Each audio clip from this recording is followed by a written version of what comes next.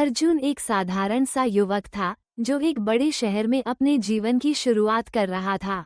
उसका जीवन सामान्य था, लेकिन फिर भी वो हमेशा कुछ महसूस करता था कि अंदर कुछ तो खामोश था, कुछ ऐसा जो उसके साथ चल रहा था, लेकिन वो समझ नहीं पा रहा था। उसे लगता था कि एक गहरे स्तर पर उसके भीतर कुछ घर्षण था, जैसे उसके मन और शरीर के बीच कोई तालमेल नहीं था। ये घर्षण तब और बढ़ जाता था जब वो अपने जीवन में तनाव और दबाव महसूस करता था। उसे हमेशा ये लगता था कि जैसे वो अपने जीवन के इंजन को बिना पर्याप्त चिकनाई के चला रहा हो। अर्जुन को हमेशा यही महसूस होता था कि उसके जीवन में कुछ कमी है, कुछ ऐसा जिसे वह ढूंढ नहीं पा रहा था। वह बहुत मेहनत करता, अच्छे विचारों से भरा रहता, लेकिन फिर भी कुछ ठीक से नहीं चलता। कभी वह सोचता कि यह जीवन के दबावों और समस्याओं के कारण हो रहा है, लेकिन कभी उसे लगता कि कहीं न कहीं उसके भीतर कुछ और है जो उसे खुद से ही दूर कर रहा है। ये घर्षण उसकी मानसिक स्थिति और शारीरिक स्वास्थ्य पर असर डाल रहा था।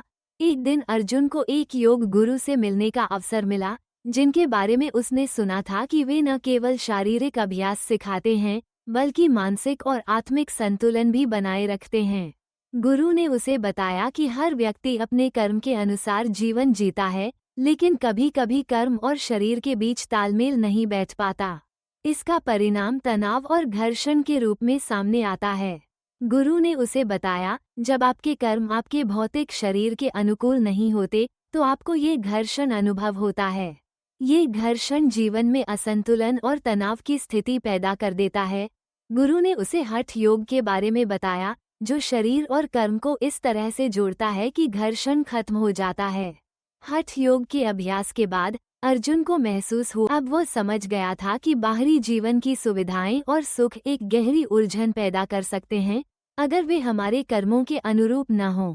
अर्जुन को यह एहसास हुआ कि केवल बाहरी सुख सुविधाओं को ही जीवन का उद्देश्य नहीं मानना चाहिए, बल्कि अपने भीतर की संतुलन और शांति को भी बनाए रखना चाहिए। अर्जुन ने अपनी साधना में और अधिक गहराई से ध्यान देना शुरू किया। उसने सीखा कि कृतज्ञता में जीना बहुत महत्वपूर्ण है।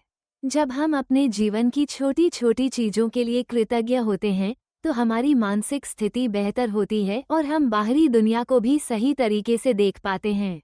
गुरु ने उसे बताया, जो अपने भीतर की दुनिया को सही से समझता है, वही बाहर की दुनिया को भी सही रूप से देख सकता है। अर्जुन अब अपने जीवन में इस दृष्टिकोण को लागू करता था।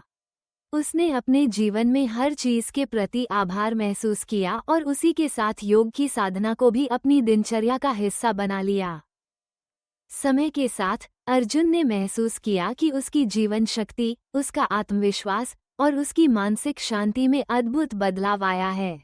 अब वो किसी भी परिस्थिति में संतुलित रह सकता था। अब उसके जीवन में कोई भी तनाव, घर्षण या असुविधा नहीं थी। वो जानता था कि हठ योग के अभ्यास से उसने अपने कर्मों का बोझ हल्का किया था और अब वो जीवन को पूरी तरह से और संतुलित रूप से जी सकता था। अर्जुन की यात्रा ने उसे ये सिखाया कि कर्म का बोझ अगर सही तरीके से संभाला जाए, तो जीवन में कोई भी घर्षण या तनाव नहीं होता।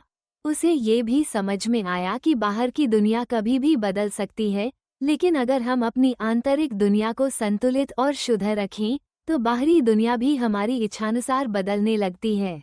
अर्जुन अब जानता था कि जीवन को सही दृष्टिकोण से जीने के लिए कर्म को समझना और उसे सही दिशा में साधना बहुत जरूरी है।